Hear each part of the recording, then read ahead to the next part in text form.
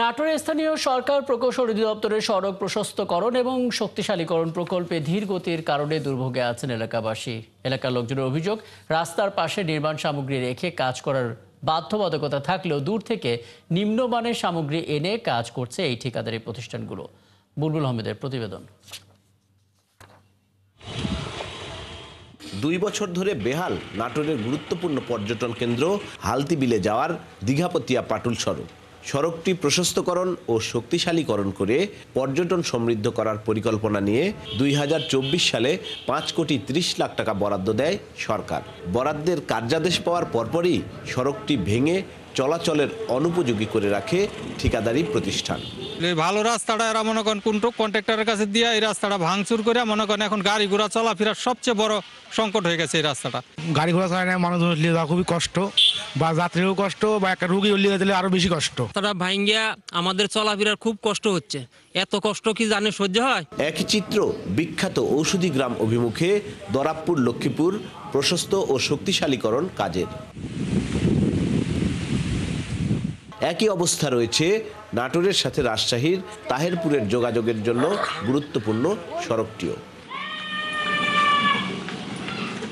বেলঘরিয়া তাহেরপুর সড়ক, গুরুদাসপুর উপজেলার সংযোগ সড়ক, হালসা টু পাটুল সড়কের প্রশস্ত ও শক্তিশালীকরণ কাজেও রয়েছে একই রকম ধীরগতি।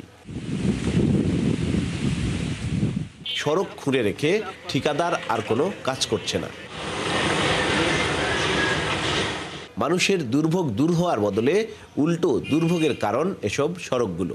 এলাকার লোকজন বলছেন, কাজের জন্য প্রকল্প এলাকায় স্টক ইয়ার্ড থাকার বাধ্যবাধকতা থাকলেও কোনো ঠিকাদারি তা মানছেন না।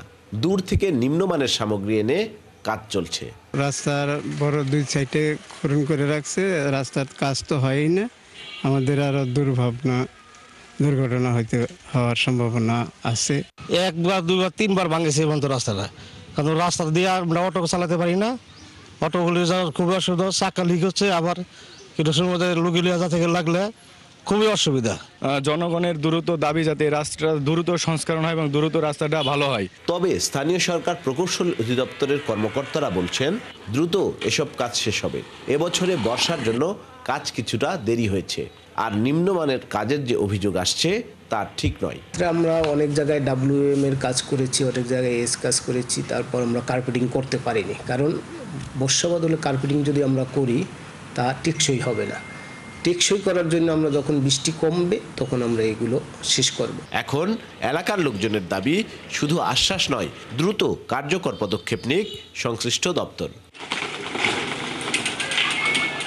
বুলবুল আহমেদ, 71, নাটোর। আরও আপনি জানতে চাই, যুক্ত হচ্ছে নাটোর থেকে সহকর্মী বুলবুল আহমেদ। বুলবুল, আপনার প্রতিবেদন আমরা দেখলাম, এবং ঠিক এই মুহূর্তে ঠিকাদারি প্রতিষ্ঠান কারোর সঙ্গে কথা বলার সুযোগ হয়েছে কিনা, তাদের কাছ থেকে কোনো ব্যাখ্যা পাওয়া গেছে কিনা, এবং প্রশাসনের পক্ষ থেকে ঠিকাদার প্রতিষ্ঠানগুলোর বিরুদ্ধে কোনো ব্যবস্থা নিতে দেখেছেন কিনা?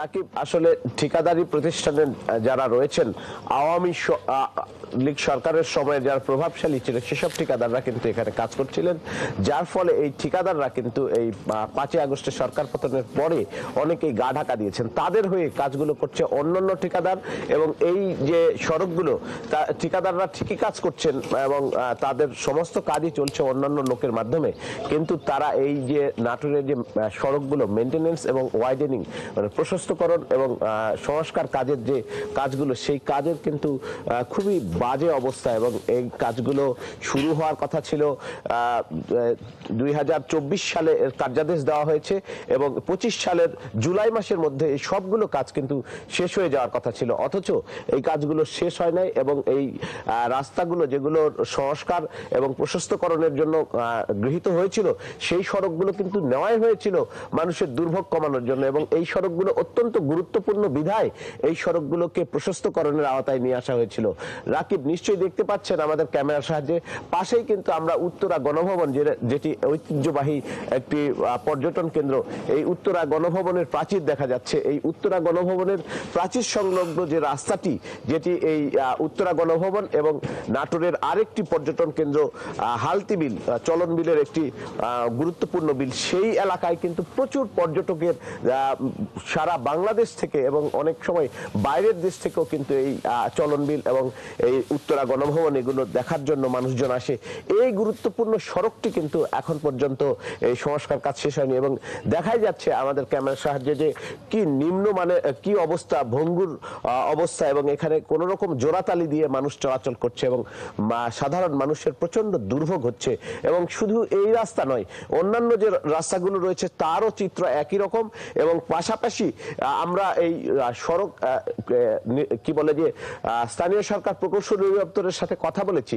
স্থানীয় সরকার প্রকৌশল অধিদপ্তরের যে নির্বাহী প্রকৌশলী নাটোরের, তিনি আমাদেরকে, আমরা তার কাছে তথ্য চেয়েছিলাম যে এই সড়কগুলোর কবে কাজ শেষ হওয়ার কথা, কবে কার্যাদেশ পাওয়া গেছে। তিনি কিন্তু আমাদেরকে ভুল তথ্য দিয়েছেন। তিনি যে তথ্য দিয়েছেন তাতে দেখা যাচ্ছে যে 26 সালে শেষ হওয়ার কথা, অথচ এই রাস্তাগুলোর কাজ শেষ হওয়ার কথা কিন্তু ছিল 2025 সালের জুলাই মাসে, কিন্তু এখন পর্যন্ত হয়নি।